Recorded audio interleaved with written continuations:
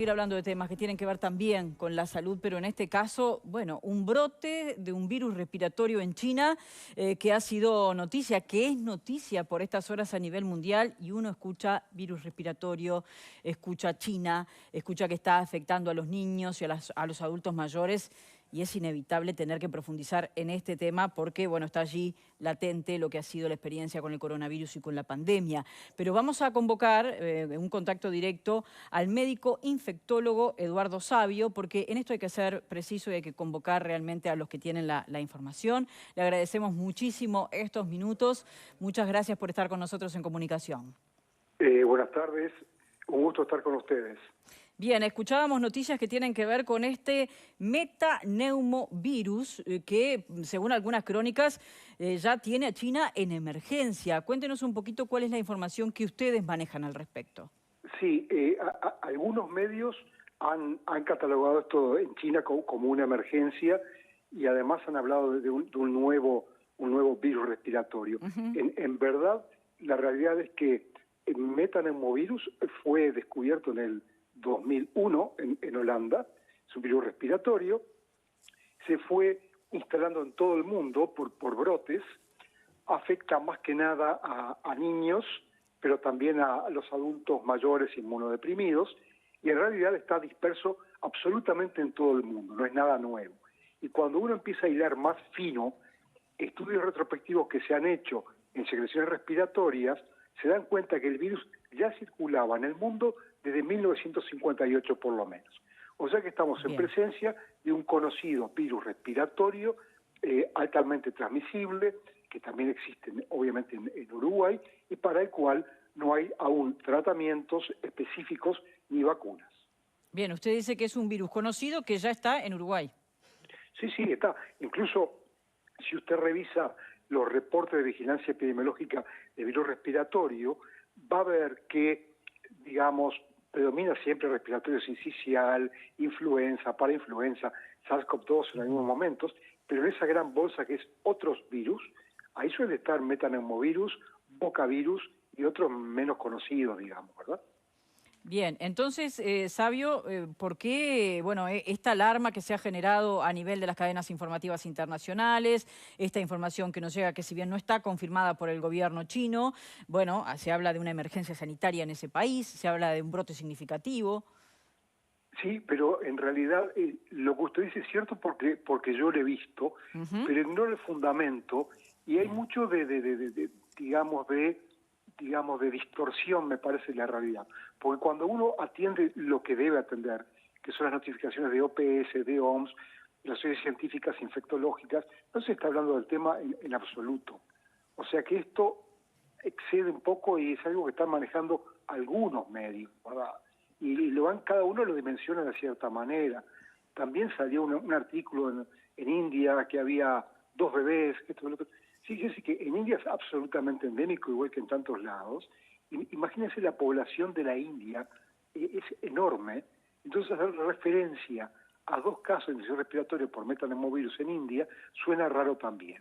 Yo creo que seguramente deben tener un brote, nada más, y que quizás las secuelas de los recuerdos de COVID y de otros eneros han puesto un poco nervioso a alguien, pero no más que eso. De verdad que no. Bien, de todas maneras, entonces, las precisiones del caso son las de, bueno, un virus que ya es conocido, que circula en el mundo, que circula también aquí en nuestro país y que tiene síntomas que son similares a los de COVID.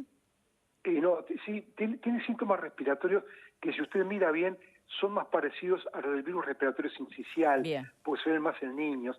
O sea, ruidos respiratorios, fiebre, resfrío, malestar, básicamente eso. Y por supuesto que hay casos graves que llevan a la falla respiratoria, está bien descrito.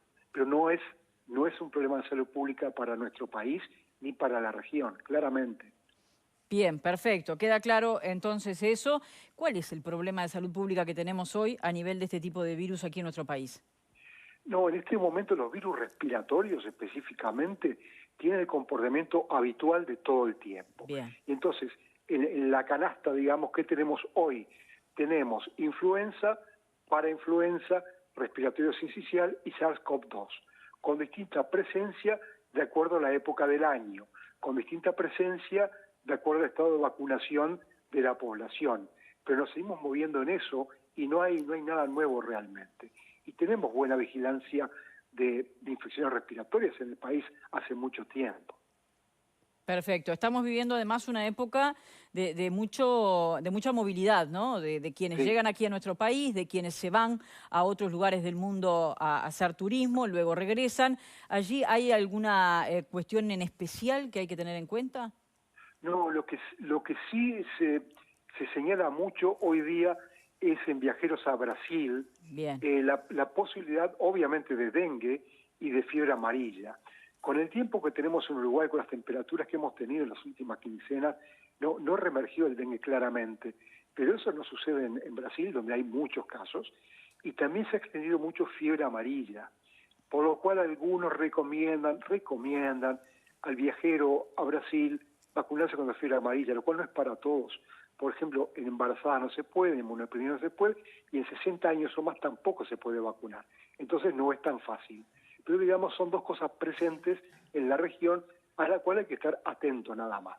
Bien, ¿y usted recomienda vacunarse?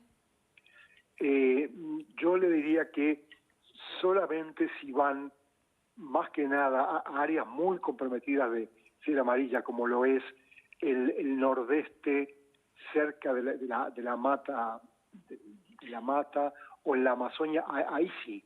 Ya en lugares más urbanos y en otros destinos no es tanto.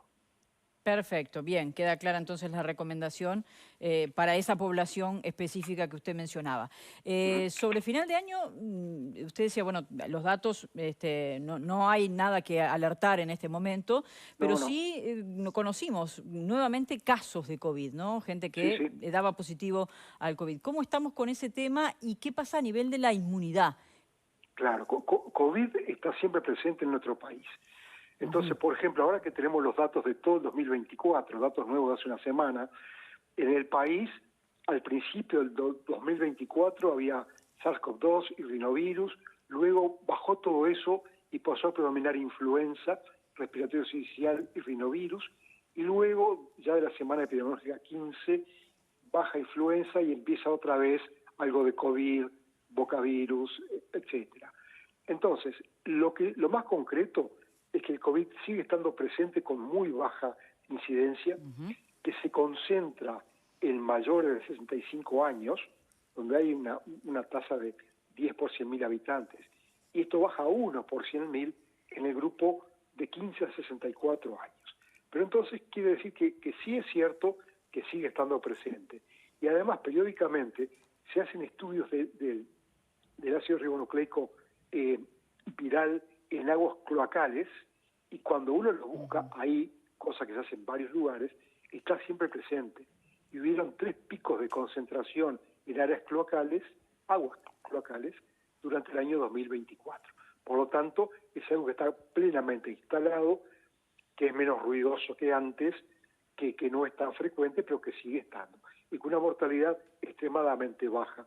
En las últimas semanas del año, cuando hubo mortalidad que fue muy escasa, podía ser entre ningún caso por semana o un tope de 3 casos por semana para todo el país, que entre comillas es nada si lo comparamos con épocas tan nefastas como fue el 2020, 2021 y parte del 22. Bien, allí le consultaba respecto al tema inmunidad. ¿Habrá que hacer Bueno, una nueva campaña en este año que comienza? ¿Cómo sigue esto? Bueno, lo que está demostrado en todo el mundo es que la inmunidad que adquirimos por vacunación contra COVID con los meses va cayendo y es muy poco sólida al año. La mayor parte de lo que tenemos ya 6 dosis encima, la última fue en enero del año pasado, quiere decir que estamos a un año sin vacunación. Habrá que ver cuándo el Ministerio de Salud da la directiva, considera oportuno dar una nueva dosis de refuerzo. Yo creo que eso tiene que estar en agenda y en la óptica de la autoridad sanitaria. Evidentemente se van a guiar por la prevalencia en el momento para decidir si hay que hacerlo o no. Y yo no creo que estén muy dispuestos a hacerlo ahora, cuando tenemos un número tan bajo de casos, realmente. Perfecto, queda claro. Antes de despedirlo, recuérdenos Sí. cuáles son las precauciones que podemos tomar ante todos estos virus que he mencionado. Bueno, las precauciones siguen siendo el lavado cuidadoso de manos siempre, porque cuando uno toca superficies, se la lleva a la boca o a la nariz, se infecta. El mantenerse separado de personas con síntomas respiratorios. Algo que la gente olvidó es que la persona que tiene síntomas respiratorios no debe ir a trabajar o socializar mucho o usar mascarilla al hacerlo. Eso que está ya olvidado lo tenemos que retomar. Y poco más, excepto la vacunación, tanto de SARS-CoV-2 como de influencia, que son los que tenemos prevenibles por vacunas, ¿verdad? Perfecto, ha quedado clarísimo. Bueno, muchísimas gracias por poner las cosas en su lugar, porque si uno va a esos reportes internacionales y habla de brote, emergencia sanitaria, un virus respiratorio en China, bueno, yo creo que todos nos preocupamos, ¿no? Bueno, les agradezco el espacio, un gusto estar con ustedes y que tengan todos muy buen año. Igualmente para ustedes. Así pasaba entonces Eduardo.